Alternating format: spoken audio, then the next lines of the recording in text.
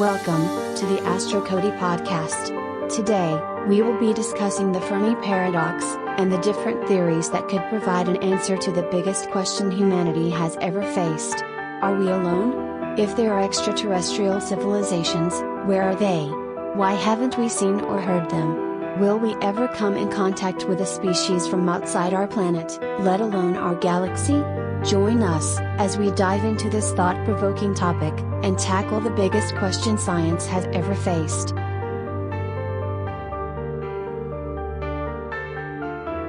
Welcome everybody to the first episode of the AstroCody Podcast with your host, AstroCody. And today we're covering a pretty interesting topic, one that I was excited to talk about and are ready to start with, and that is the Fermi Paradox. And this is something that I love thinking about. It occasionally keeps me up at night thinking about just this question in general and who and what could possibly be out there. And I'd like starting with an idea like this because it kind of opens up what this channel will be about, what this podcast will be about. And I hope to have more conversations like this, have guests on and whatnot to speak, and just have discussion about this type of thing. And this is what we're starting with today. So for those of you that don't know what the Fermi Paradox is, it's the question of where is everybody? Why haven't we heard anybody? Why haven't we seen any other civilizations? And why are there not spaceships flying above Earth right now and huge space stations around stars? And just where is everybody? And this question, this paradox/theory, was created by a physicist named Enrico Fermi. And as you can see by the name, it was named after him. And he was actually out to lunch with fellow physicists. It was Edward Teller, Herbert York, and I believe it was Emil Konopinsk. Forgive me if I spelled his name wrong. I think it's Konopinsk, however you say it. And they're out to lunch discussing like the recent UFO sightings and some reports that they've had. And they got talking, and Fermi supposedly out of nowhere just said, "But where is everybody?" And that's what took it off. You know, that's where it took off. And it actually relates to science and astronomy big time now, and still does to this day, because that's a huge question that humanity has no answer to yet. Are we alone? And if we aren't, where is everybody? And that's a question that I like thinking of a lot. Like that gets me thinking. And it's a crazy question.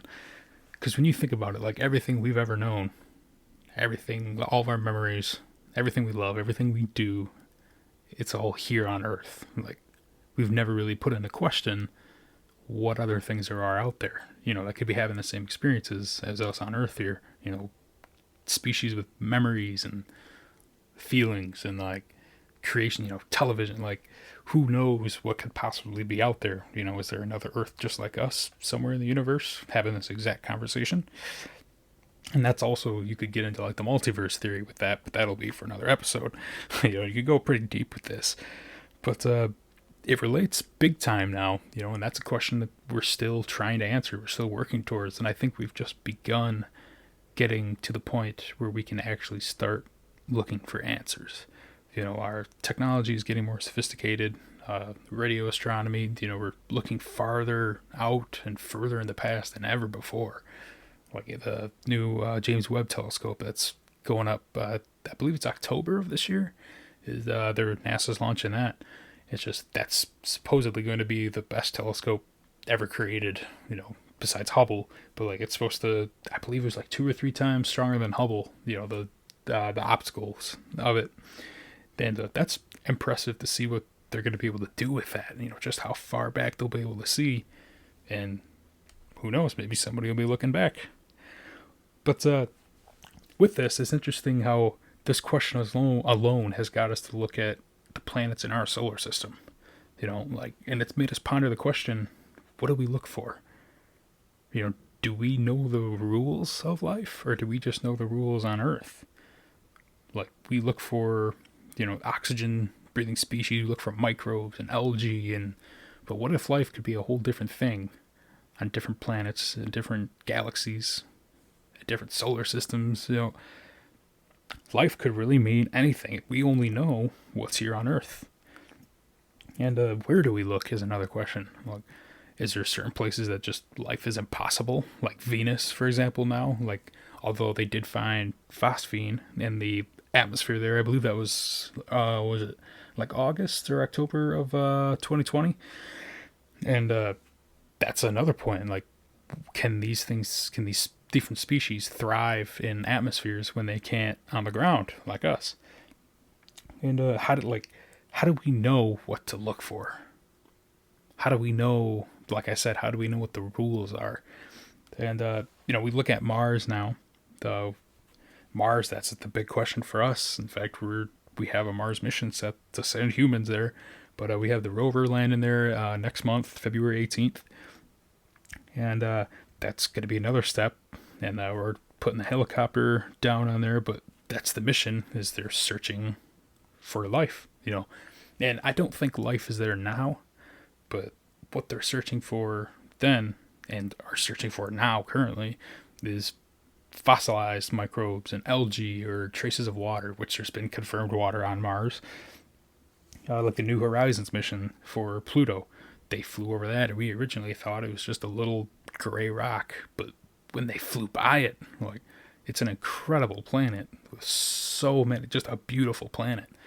And the thought of that is, are we looking in the right places? Like, yes, we look at Mars, but have we looked at, we are now currently looking at like Europa and Titan, but what about like the moons of Mars? Have we looked at any of those? What's the guidelines on what we can search for?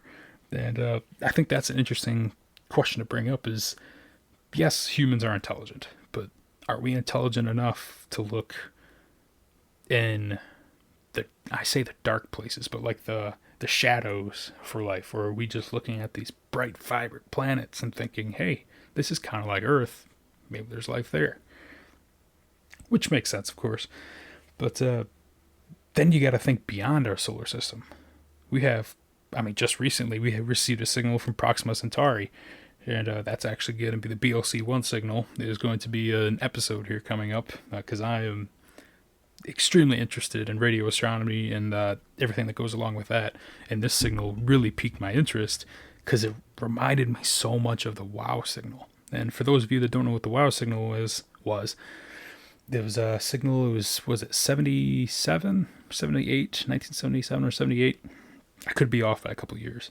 But they received a signal from, Cygnus, I believe it was, Cygnus constellation. And it never repeated itself. It was one signal. It was 1420.5 megahertz, which, if you don't know the significance of 1420 megahertz, that is the cold emission hydrogen line. And like, that is kind of the universal language we would expect of the universe. And if there was radio capable species, then of course they would know about hydrogen, and that's where they would broadcast on. And that brings it to another point in the Fermi Paradox.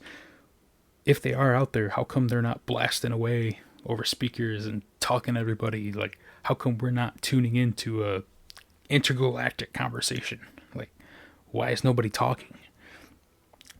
And, we remember Carl Sagan's book, Contact, when they touched on Vega. And why aren't we seeing things like that?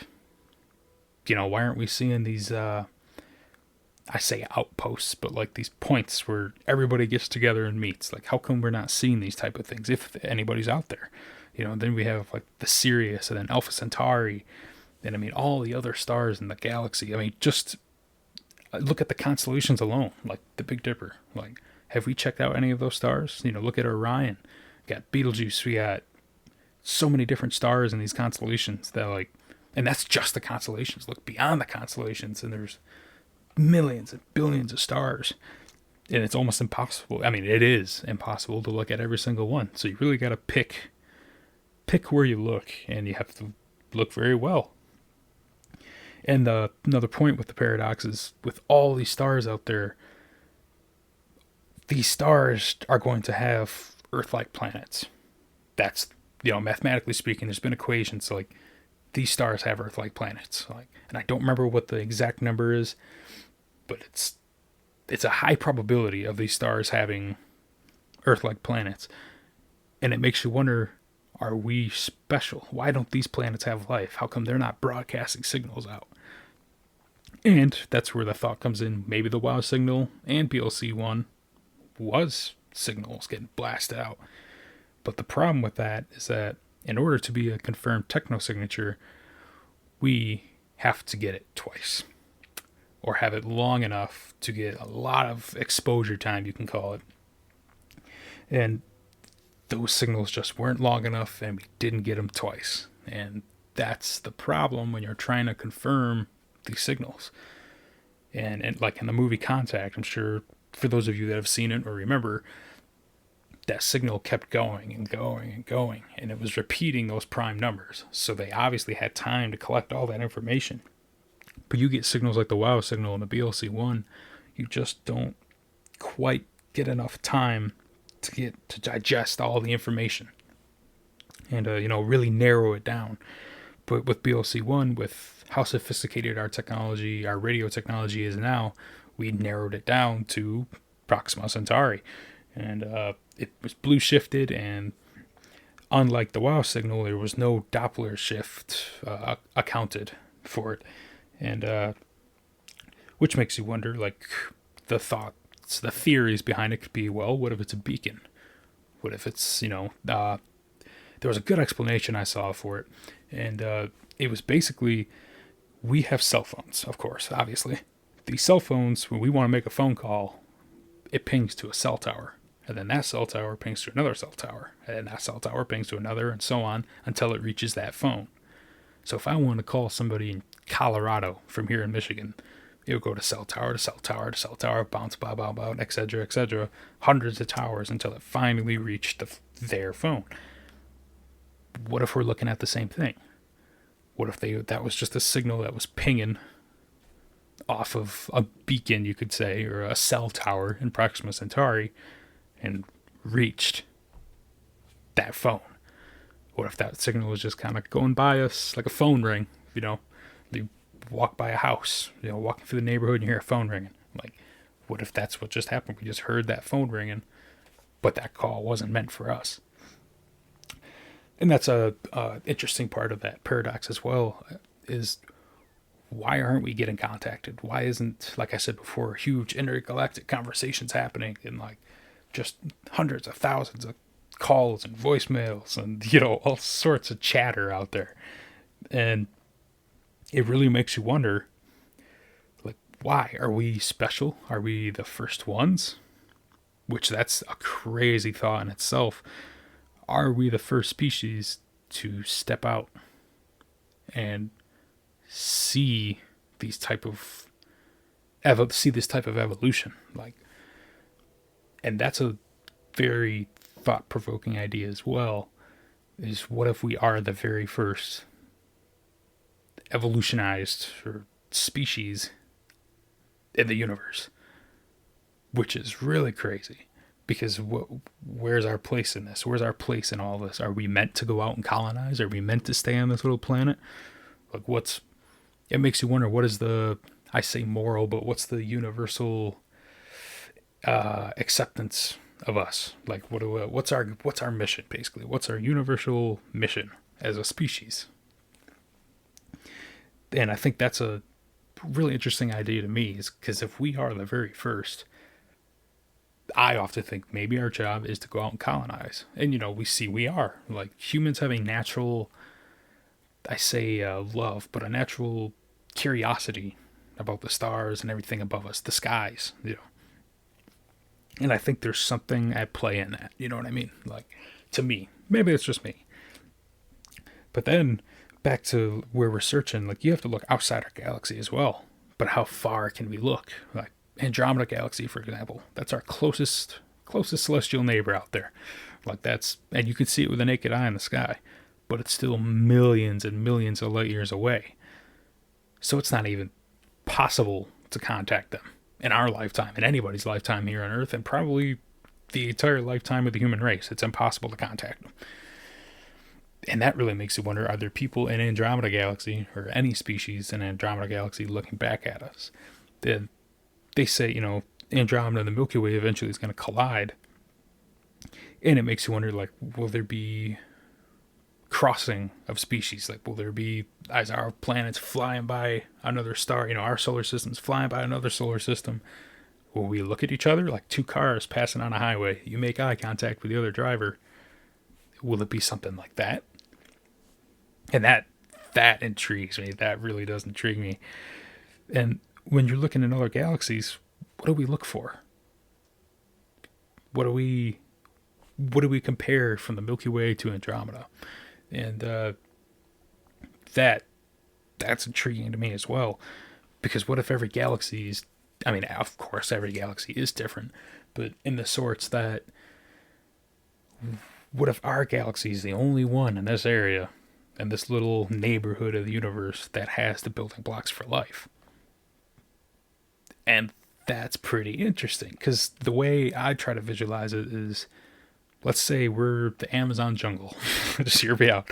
We're the Amazon jungle in this area of the universe, and Andromeda is the Sahara Desert. So Andromeda can't host life, but we can. We're lush, rainforest, this and that, and then Andromeda is the desert. It's dry. There's nothing there. Is it something like that? Yeah, that's what that interests me, is, how special is our galaxy? And then I like to think all the way down to us, like, how special is our planet? How special is our solar system? How special is our galaxy? How special is everything? How special is our little neighborhood in the universe? And that takes us to really interesting theories. Is one of them, of the paradox, is that they aren't there and they've never been there. There is no other life. It's just us. And when Earth dies, it's over. The universe is dead, lifeless, gone. But in my mind, there's something doesn't sit right with me about that.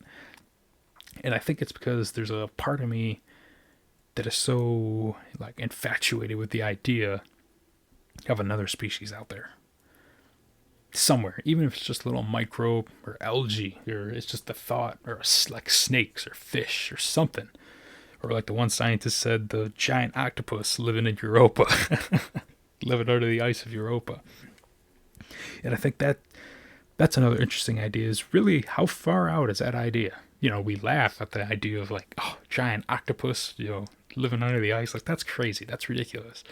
But really, how crazy is it when you think about it? We look at life with this, like, this very superiority complex. And the idea that we are, like, the master species, like, in the world, in which you could argue, yes, we are. But then you got to take it out. Are we the superior species in the galaxy? Because if we're not, we could be the very bottom of that food chain when it comes to intelligent species. But here on Earth, we're the top of that food chain. But then you get out in that grand scheme of things, we could be the very, very bottom. Or we could be the very, very top, and we could completely dominate the entire galaxy. Who knows? Who knows where that line is? And then that brings up another point. There is life out there, but there's no intelligence. That's another theory for the paradox.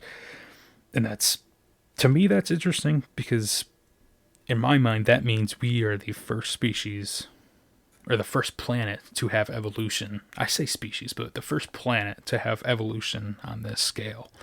Because they say we came from microbes, algae, we came from those single cell organisms.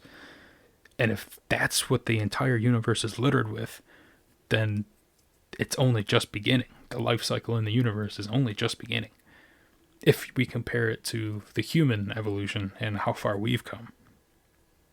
And then another interesting theory on that is they don't want to talk to us, which is kind of a depressing thought, but it also makes sense. I believe, was it Neil deGrasse Tyson that made a really good statement / like claim for that. And I kind of built off of what he said, but it's just to summarize with it. It's, you walk by an anthill, you don't go up to the anthill, knock it over, and then go hide behind a tree so the ants don't see you. That doesn't make any sense. They're ants. You are far more intelligent, and to scale, you are far more intelligent. You're bigger. You can crush them easily. What's the point in hiding? And that's just off the idea. If these other species, if these civilizations are hiding from us, either they don't want to talk to us or they're hiding from us. And I think I would take I don't know which one I would rather have, to be honest, because they're both a depressing thought. Because if there is other species out there under other civilizations, I'd want to talk to them. I'd love to sit down and have a coffee and have a conversation with some giant octopus from Europa, like have a telepathic communication, because they're far more intelligent than us. They just don't have arms. In fact, they have 8. But that, when we look at like uncontacted tribes off of like Africa and South America, and I like to think of that in this sort of way as well, is we know they're there. We just let them do their thing. We don't try to contact them. We don't try to interact with them. We just let them live, let them do their thing. And what if that's the same thing, universally speaking?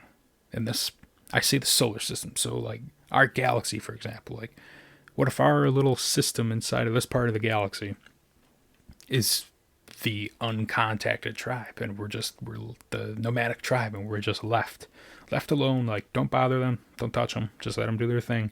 And all these other civilizations are flying around us, but we're kind of a no-fly zone. And that's an interesting idea to me as well, is because it's not entirely crazy. Because like I said, we have the tribes here on Earth. We do that to ourselves. We do the exact same thing to ourselves. So what's so crazy about the thought of other intergalactic, interdimensional, you could even say, which that's pretty crazy, but who knows? Intergalactic species that is so intelligent and so far more civilized than us, just kind of letting us do our thing, just keeping us to the side, because they know we can't touch them, we can't hurt them. And that brings up another interesting idea, is that, and see how it all kind of flows together. But what if we build something that they don't want us to have? And what if we put them out there? And I don't remember the name of the probe. It's a von Miller probe. I don't remember the name. But it's basically like an AI probe. And it's just a hyper-intelligent probe that can repair and multiply, and basically a robotic colonist that we can send to a planet, and it would colonize it. And it would never die, because it automatically repairs itself, and that's where you bring in like nanotechnology and artificial intelligence to a degree that we would never contain. And there's an interesting idea from one of my favorite podcasts, Event Horizon with John Michael Gordier. And that's highly recommend. Fantastic podcast. Definitely check it out. And he has interesting conversations about that. And it's the idea that what if that is the cheat code? What if that's the alert, the message that goes across, like, oh, they created this, time to go talk to them, What if we launch that and 10 seconds later it gets blown out of the sky and these spaceships arrive, and it's like, all right, you guys got to calm down. You can't be sending this stuff. And then, since we've reached that point of intelligence, they bring us into their community of sorts. And that goes back to the movie Contact. When Ellie was talking to her dad on that planet, or simulation, whatever. I believe it was just like a planet. And it's hard to tell at the end of that movie, the way she warped in, it kind of looks like a planet, kind of looks like a simulation. But anyway, or a dream. But he says, when you're ready, you'll come back. We'll contact you again. And it makes you wonder, like, what if that probe is what we need to send out to have us be put at that level of intelligence? But then when you reach that level of intelligence, would we be considered a threat? And if we're considered a threat, do we really want to reach that level of intelligence? Because if you played with the big dogs, that's more than just a couple countries going at each other. Like China, the United States, like that's more than just two land masses. This is galactic civilizations that could possibly perceive us as a threat. And that's a pretty scary idea. And that also rolls into another subject, the Great Filter. And that idea fascinates me, because there's the thought that, oh, the Great Filter was in our past, we're now moving forward with it, we've beat it. Then there's the more reasonable and thought-provoking idea, is that the Great Filter is in our future, and at that point it's in the very near future, and that concerns me. And it should, I can't say concern, but it should fascinate everybody. It should boost the curiosity in everybody, because what is this Great Filter? Is it just something that, boom, it hits, lights out, done, over, like game over? Or is it something slow, like you could argue climate change? Is climate change the Great Filter for our civilization? Is that just what was universally programmed in us? Because in order to reach space, look how much pollution we provide, where we're testing these giant rocket engines and all the smoke and dust and everything billowing out. The factories that produce all these supplies and materials, and the space junk that we leave when we launch these satellites and rockets, boosters falling down into the ocean. And there's a thought that, will we ever reach the stars before we choke ourselves to death? And that's a sad idea, because in my mind, if I don't get to see, interstellar travel, which I'm fairly confident we won't, those of us that are listening right now, we're not going to see interstellar travel. That's not going to happen. But maybe our kids or our grandkids, depending on how serious the science community takes interstellar travel, maybe they will see that in their lifetime. And if they do see that in their lifetime, that could open up a whole new scale. Could that possibly be that alarm that puts us into that great, like I was saying before, that intergalactic civilization, like this super hyper intelligence? Like, will that put us in the big leagues, I should say? Will that take us from the minor leagues to the big leagues? And that idea, like, how haven't they discovered us yet? If there is life out there, maybe they have, maybe they haven't. And coming with have they discovered us, there's an interesting idea as well. I don't know if it's a paradox theory, if it's just a general theory, but it's called the zoo theory. And how when we're at a zoo, or when you were a kid at a zoo, or just even like an aquarium, you tap the glass.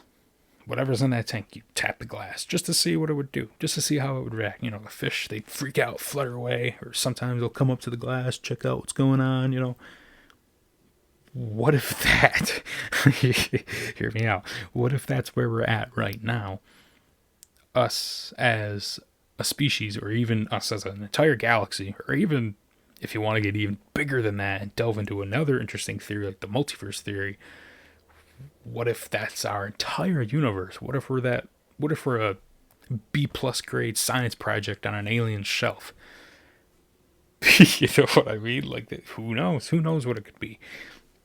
And the idea that we could be so protected and like observed. They could be looking through glass at us right now as we're speaking. They could be looking through the glass and just see our little universe flying around and our galaxies bumping into each other, flying around. And here we are, not knowing. We don't know that they're out there. Maybe that's what this great silence is all about, is that these species can't contact us, or just aren't allowed to contact us because we're stuck in this little zoo, stuck in our little zone. And there's an interesting theory with the WOW signal, and you could even argue the BLC-1, now that is kind of brought out there, it's up to the level of the WOW signal. And that is, what if those signals were something or somebody on the, I'm going to say, other side, in heavy air quotes, pushing out a message to let us know, hey, we know you're there, we see you, you're not alone. And that idea fascinates me. I think out of all of this, that idea is what fascinates me the most. Is that maybe those signals were somebody hurrying up, they broke into their computer room and they were typing out a signal real fast, boom, beam it, send it out. And they left. They wanted to get something out to let us know that, hey, we can see you. Almost like I said, when we tap on a glass, we tap just to see what they do. Like, hey, little guy, I see you in there, fishy, just like Nemo finding Nemo, where she comes up to the glass and tap, tap, tap. It's just like that. And that's an idea that I don't think humanity is quite ready to wrap their head around yet.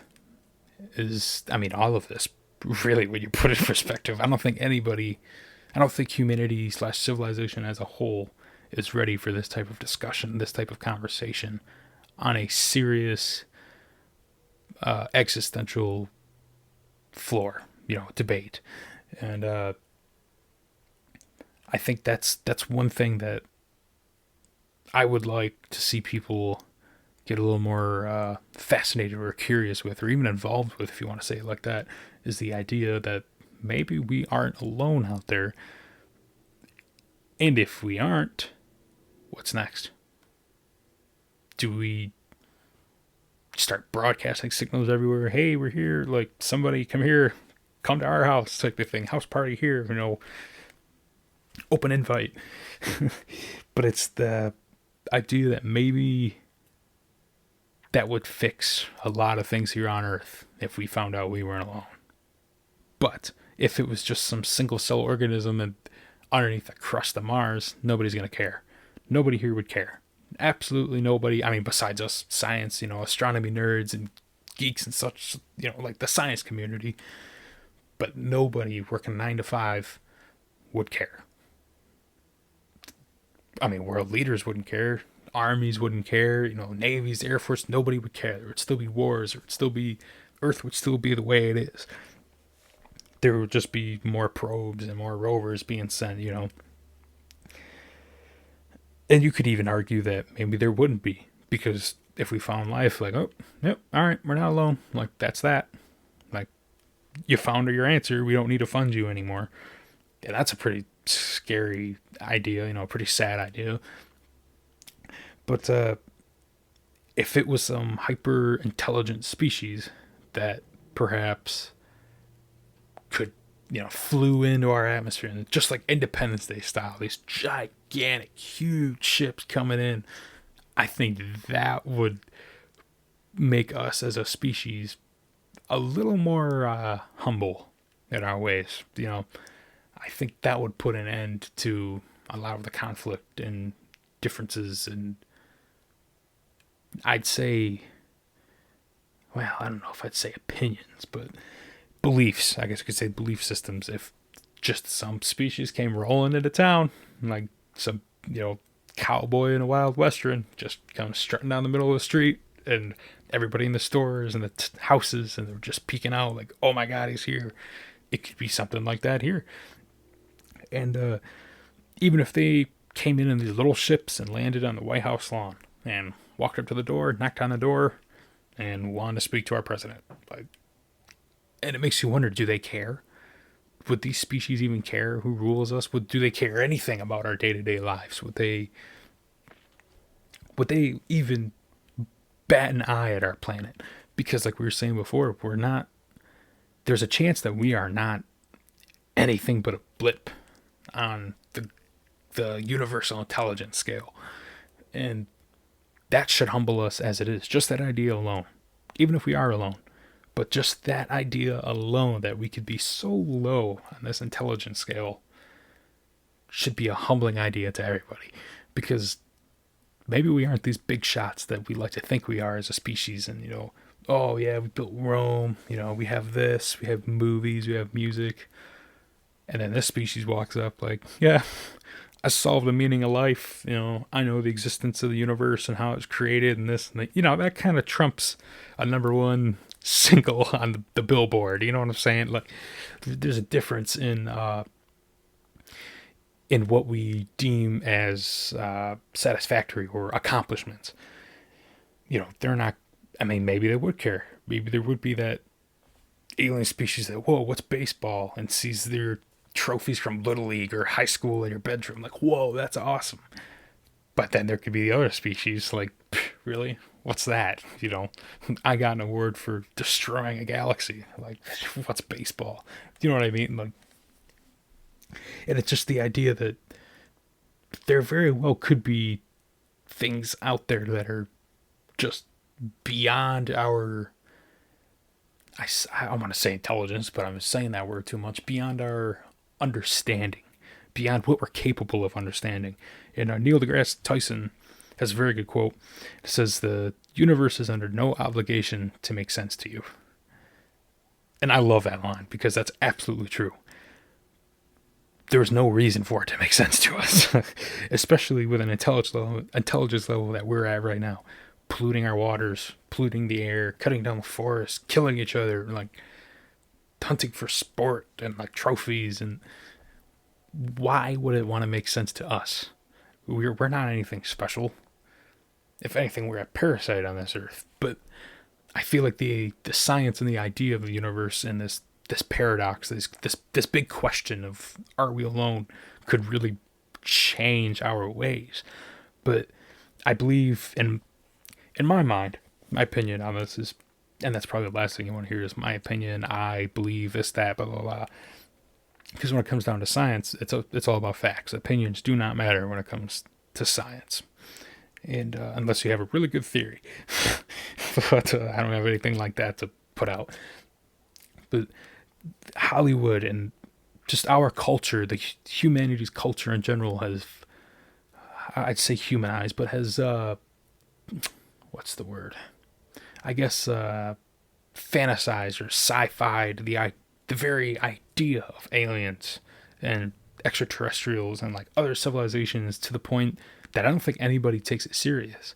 And just when somebody says, "Oh, looking for aliens," you immediately think, "Oh, looking for ET," like, ooh. And just like when the BLC signal came out, the very first headline I read on it, was it NBC or MSNBC? Very first headline I saw on it was "Alien Hunters found a signal, blah, blah, blah, from proximate," like, alien hunters. Like, as soon as you use that phrase, the general public, the masses are going to see that, like, "Ooh, alien hunters, like, we're paying our tax dollars for that." And I think that's another main reason why nobody takes science like this serious, is because what we've turned it into. We've turned it into Hollywood movies and games and art and, all sorts of things that, like, we can no longer really take serious. And I think that's unfortunate. And I think if we really start to ponder, kind of got off the rails there, but if we really look at this paradox, the Fermi Paradox in a human perspective, like really sit down and dissect it, I think we find that this is the most, and it is the most fascinating question I think humanity will ever face and has ever faced. And like I said, ever will face, until we find that answer, is, are we alone? Is there life out there? Will we ever discover it in humanity's lifetime? And I'm not just saying humanity as in like you and I. I'm saying the entire species, the human race. Will we ever discover it? Will they discover us first? Have they ever discovered us first? Have they already found us? Like, are they already trying to communicate with us? Is there already a signal coming from Andromeda Galaxy on its way over, and they're just hoping we're still here to get it? And I think those ideas alone should be enough to make you look up at the sky and just ponder for a second. Just wonder, is there somebody looking back? I just want to say thank you. Follow my Instagram, Cody J Noodle, my YouTube at AstroCody. And next episode description, just going to be a quick summary on that. It's going to be about BLC-1, which is the Proxima Centauri signal that was discovered and blew up the headlines in the last few weeks. And that's a subject that I'm really interested about, and I'm excited to start discussing it. And it should be a pretty fun episode. I'm excited. So thank you all for tuning in, and keep looking up. Clear skies. Have a good one, guys.